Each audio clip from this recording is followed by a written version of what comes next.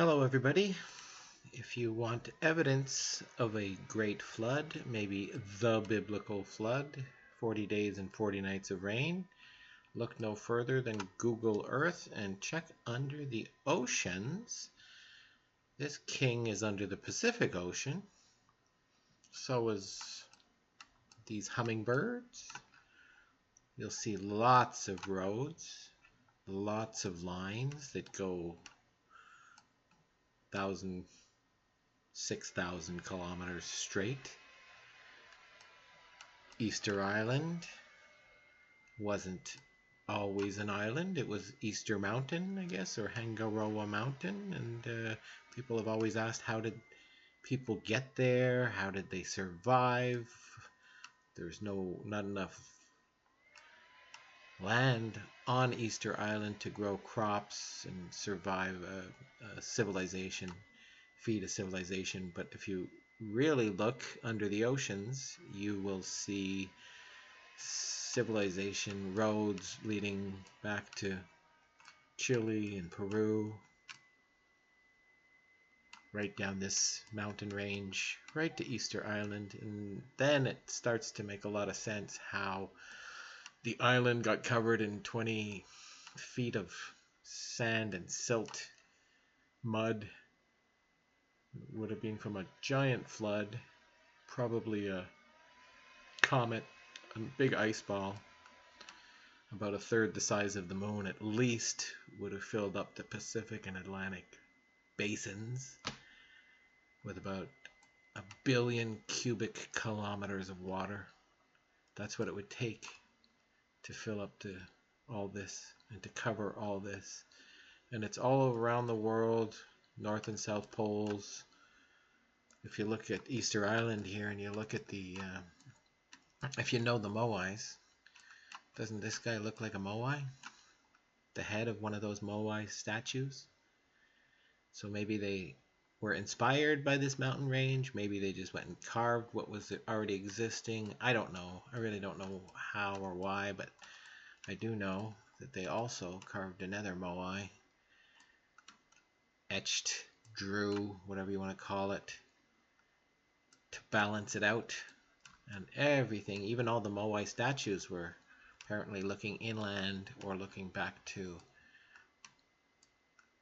Chile and Peru, where they have the Nazca lines, where they have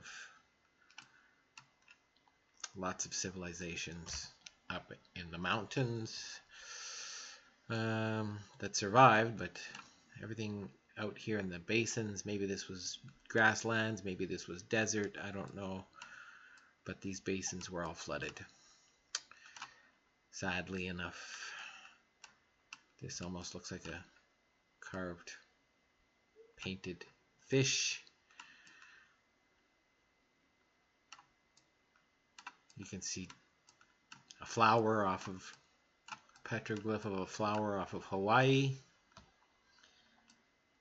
If you scroll into Hawaii and look around the island, there's a nice bird.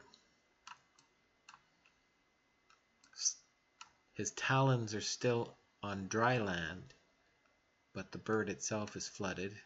Maybe it was all painted, carved, etched, and you can see these talons still visible on the land.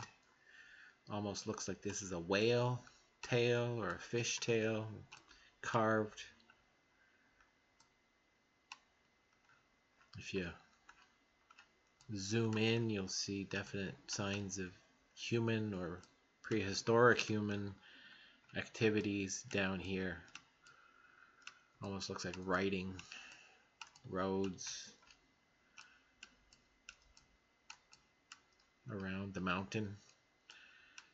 So it's an eye-opener to me too. I've never heard this. I don't see anybody online talking about this, but it really looks like that biblical flood really was so big that it drowned out most civilizations. Sort of makes sense why about 4,000 years ago so many civilizations just disappeared.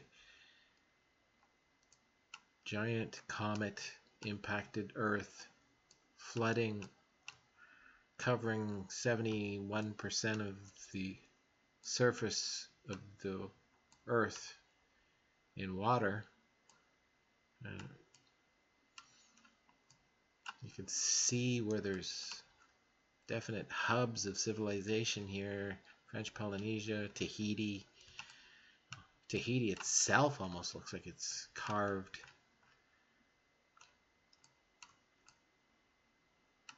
Super hub of activity here in Tahiti. So I think that there probably was millions of people, if not billions of people. This, to me, almost looks like I can see lizards or fish being carved into the mountains in Tahiti. So all these roads meant something. They were coming here for something. Maybe it was a big party. These types of roads go, like I said, to North and South Pole, to Egypt. They're in the Indian Ocean, the Atlantic Ocean. They go around the world,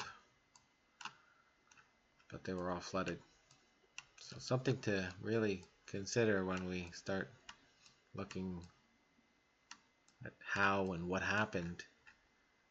I don't know if this is agriculture or a civilization, but they were doing something down here, and this is all at the bottom of the oceans. This is off of Australia. Looks like a nice ant or something. Art for sure. Maybe these are petroglyphs also. Maybe it's cities. Maybe it's agriculture. But definite signs of human activity. Because nature doesn't do this. Nature does not make a line that goes left and right, like this. And they're all over the place under the oceans. This looks to me like a big prehistoric whale or a crocodile or something carved in the Indian Ocean. And if you follow this mountain range right up into the Red Sea, you see roads leading up to Egypt. So the whole planet was one giant supercontinent connected, and maybe people rode camels or horses, at least in modern times, 4,000 years ago. Definite signs of activity down here under the Red Sea. Definitely not natural lines, but man-made or prehistoric man. And women, of course. Hard at work, very industrious, very well planned out, very well thought out, organized activities down here. This is a nice left turn right here at Luxor, Egypt. And then you can imagine, even though this would all be covered in sand and silt here in the Red Sea, that roads would have gone up to the Giza Plateau right about here, and roads would have, even though it's all buried here in sand and silt, but you can start to see art under the Mediterranean. You can see possible art here and definite signs of civilization and roads under the Mediterranean. So I think a lot of people have their filters on, and I'm surprised I'm the first person to notice this, but it's important to share it with as many people as possible so that people can discuss and consider that great biblical flood as recently as 4,000 years ago. Makes sense why so many civilizations just disappeared. So many animal species went extinct. The mammoth and the saber-toothed tiger and the giant tree sloth and 150 other different species on the continents. Maybe way more down under in the ocean basins. Maybe there was a lot of life down here that just was obliterated by a giant comet.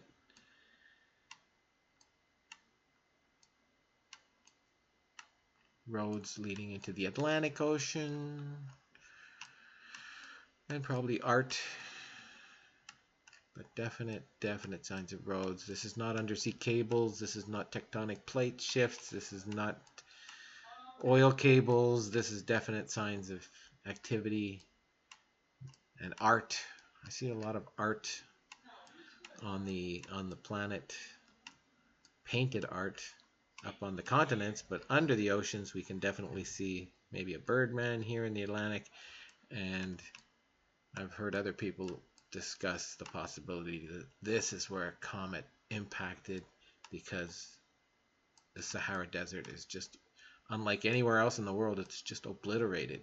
It's just, you would imagine a big tidal wave of salt water just pushing everything up into the Middle East and the Red Sea and the Persian Gulf and hitting these mountains, and you can see almost the remnants of floods, churning sands and mud being stopped here by mountains.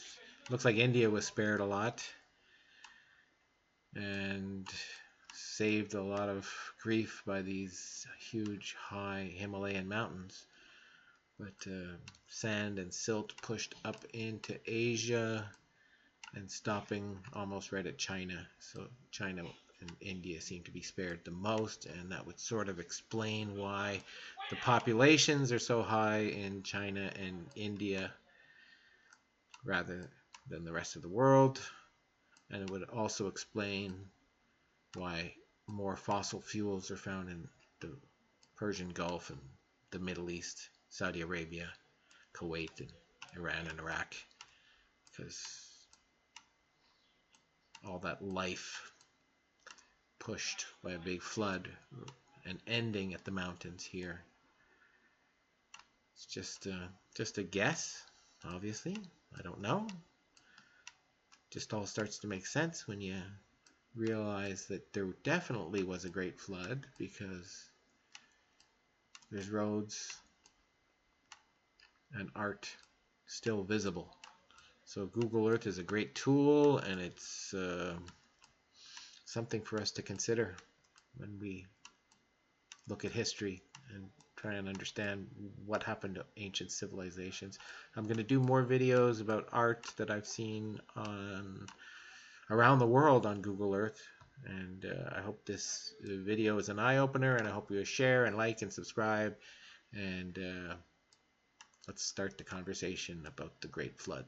Thanks very much for listening, and see you in my next video.